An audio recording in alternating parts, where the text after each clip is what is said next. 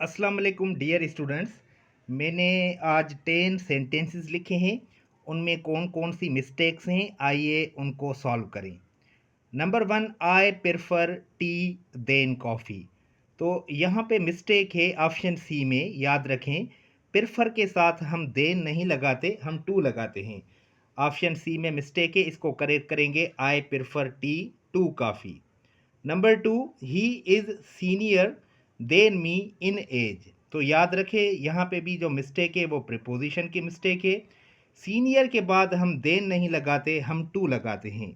तो ये sentence correct होगा, he is senior to me in age. Number 3, she has been living here since 2 years।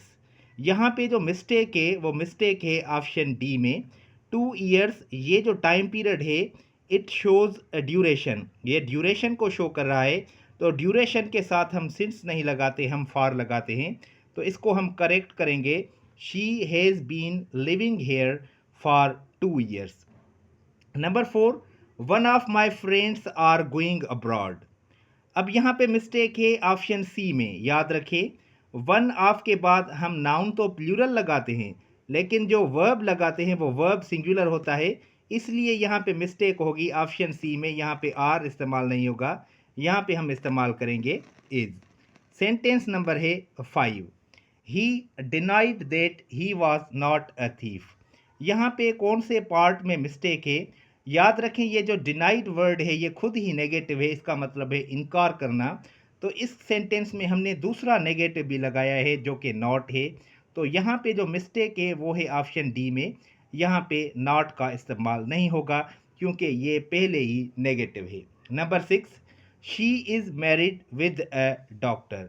यहाँ पे जो मिस्टेक है वो मिस्टेक है ऑप्शन सी में। यहाँ पे मिस्टेक प्रीपोजिशन की है। मैरिड के साथ याद रखें हम टू लगाते हैं। She is married to a doctor.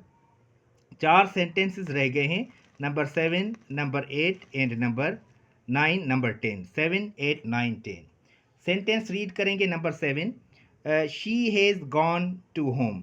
यहाँ पे कौन सी मिस्टेक है? रूल याद रखें कि होम के आगे हम टू नहीं लगाते, शी हैज़ गॉन होम होगा। यहाँ पे मिस्टेक है टू में। अगर आप टू के बाद कोई भी पजेसिव एडजेक्टिव लगाते हैं तो फिर ये करेक्ट होगा, she has gone to her home. लेकिन डायरेक्ट होम के आगे हम कोई भी प्रीपोजिशन नहीं लगाते, टू नहीं आएगा। Number 8, he is good in English. तो यहाँ पे मिस्टेक होगी इन में, गुड के साथ एट लगाते हैं, इन नहीं लगाते। तो इसको हम करेक्ट करेंगे, he is good at English. Number 9, the news are very surprising. एक रूल याद रखें कि ये जो न्यूज़ है, it is an uncountable noun और इसके साथ हम इज़ लगाते हैं, आर नहीं लगाते। The news is very surprising. Last में है, he behaves as if he is a king. याद रखें, एज इफ़ के बाद हम जो भी सब्जेक्ट लगाते हैं उसके बाद हम वाज नहीं लगाते, इज़ भी नहीं लगाते, वर लगाते हैं। He behaves as if he were a king.